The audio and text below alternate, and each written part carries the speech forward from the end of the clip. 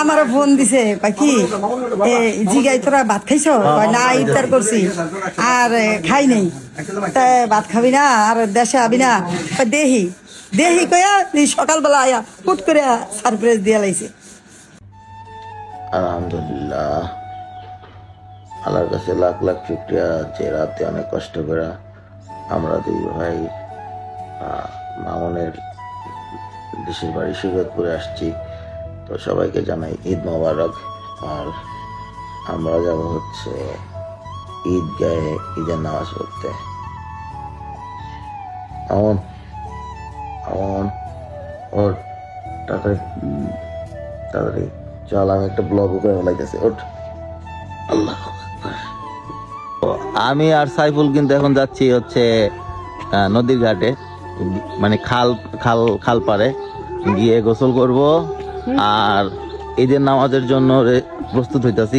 এখন পর্যন্ত মামুন ঘুমাইতেছে, তো যাই আমি গোসল করে ঠিক আছে ওরে দামার দাম উঠাই দেবো আর ঈদগাহ ইনশাল্লাহ একসাথে যাবো।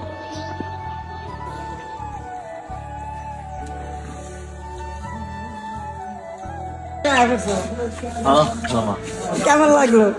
ভালো, আলহামদুলিল্লাহ। হ্যাঁ, পানি অনেক ভালো, ঠান্ডা ঠান্ডা লাগছে। আর এই যে রাত্রে যে জার্নি করছি একদম আর আমার ফোন দিছে কি জিগাই তোরা ভাত খাইছ না ইফতার করছি আর খাই নাই ভাত খাবি না আর দেশে আবি না দেহি দেহি কয়া সকালবেলা আয়া হুট করে সারপ্রাইজ দিয়ে লাইছে।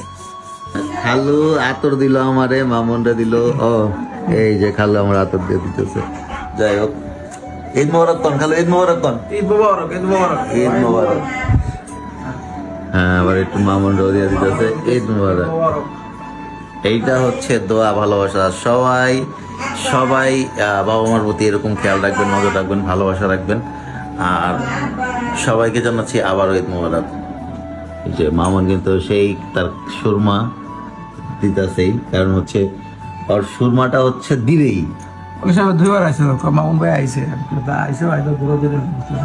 হ্যাঁ, কালকে রাত্রে এই রাত্রে 4টা-5টার সময় সব চিনছে।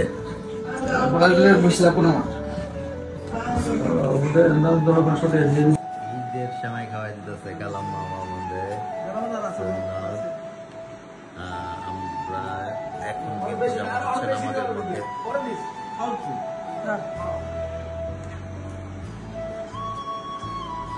হাই বল একটু, হাই বল এখন না আরুন না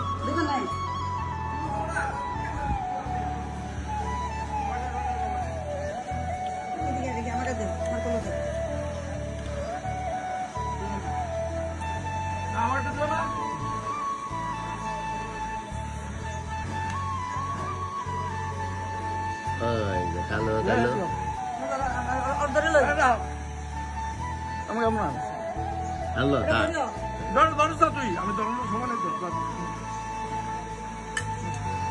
হ্যাঁ, যেদিন দেয় নাই দেয় নাই। টাটা, আল্লাহ হাফেজ।